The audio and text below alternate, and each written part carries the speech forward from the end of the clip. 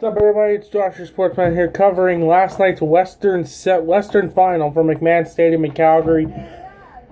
What a dominant game it was for Calgary, winning 42-15, heading to Toronto next week for the Grey Cup. We got a lot to cover. Bo Levi Mitchell, over 300 yards passing on the day. Jerome Messam, over 100 yards rushing on the day. Devarius Daniels had a big 75-yard touchdown reception for early in the game to make it 21-0. Calgary started off strong with a big, I think it was 45-yard return by Roy Finch to get them into midfield to get their drive started. A couple rushing plays. Then a pass interference call on the 1-yard line puts Calgary on the 1. They score with Lamar Durant on a sweep. Go for 2. Finds DeMar Jordan in the end zone for a touch for a 2-point convert. Nothing really started going for BC until the second half. So they went into the locker room. 32-0 was the score heading into the locker room. BC came out and they had a quarterback change with Travis Lulay and decided to put 7 points on the board. With Lulay in. Put Lulay in the second drive. He throws an interception. Then they decided to put Jonathan Jennings back in because of the turnover. But Jonathan Jennings had thrown a pick 6 to end the first half to make it 32-0. That does not make any sense to me whatsoever. When something's hot and you score points, then something's hot and you keep them in and they'll score points more for you, making an interesting game at least. It was a great game. Loud atmosphere, great atmosphere at McMahon Stadium, great energy. The crowd was giving it. It was damn near sold out. The crowd was electric all night long. There were a few penalties that were questionable. Then both no calls and penalties that were called. There was one call in particular where Devarius Daniels scored a touchdown, which would have put it 21-0 early, instead of making it, it was 21-0 already at that point.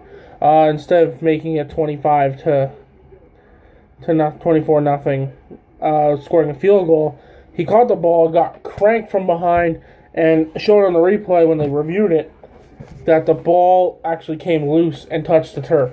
Now, for those of you who don't know what that means, he needs to survive contact and then contact with the ground with full control for it to be a score. He crossed the line but did not survive contact with the ground or contact before.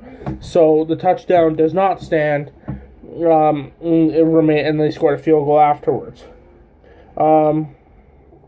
There's a couple times in the game where we thought some of our guys were out with concussions. They went to the sideline, got checked, back in 3 plays later. Thank God, a lot of injuries kind of avoided in that game. A lot of people were wondering about Calgary coming into this game with some rust. Well, because as you guys probably don't know, they had 2 weeks off. They had a bye at the end of the year. Then they had the bye to the West Final. So, Bo Levi Mitchell said in an interview, they said, you know how to get a good eye roll and a sigh from Bo Levi Mitchell? Ask him if there's any rust on him coming into this week. He said there's no rust. It actually was beneficial for the team to have those 2 weeks off, both physically and mentally, to kind of get things going back and they're trying to get in best shape they could coming into this game against BC because they knew BC can come back from big leads. They didn't take their foot off the gas pedal in the second half. Defense played phenomenal, allowing 15 points in the whole second half. They scored at the beginning of the third quarter and then didn't score till the end of the fourth. So, Calgary's defense playing spectacular in that game. That was a key component that we saw going into this game. Calgary's offense putting points on the board, that's what they needed to do early. And they did it early and often. They put 42 points on the board as a final score. Kept BC to 15, as I said before. Bo Levi Mitchell, spectacular game. Jennings, you got to give him props for hanging in Calgary. It's a horrible place to play if you're an opponent here.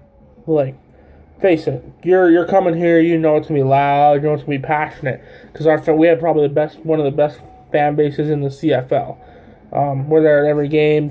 Last night was sold out pretty much, as I said already. It was very loud, very electric. Like, you can feel the energy in the air. The Stamps are heading to the Grey Cup next Sunday. There will be predictions video, and there will be videos leading up to this game on Saturday. I'll be starting to make since TSN's doing their Grey Cup Saturday. I'll be holding my own Grey Cup Saturday by having a few videos throughout the day, highlighting some of the high points in both team seasons, and kind of showing where both teams stand going into the Grey Cup, and showing what they've done throughout the year. It's Calgary and Ottawa next Sunday at BMO Field in Toronto. If you want to watch it, it's on TSN. 5 o'clock kickoff. One Republic will be performing at the halftime show, and it's going to be a great game. I can guarantee that. Yeah, both teams deserve to be in the Grey Cup. It's going to be a great game. Be sure to tune in, watch the Canadian Classic Championship game, Grey Cup, Calgary versus Ottawa.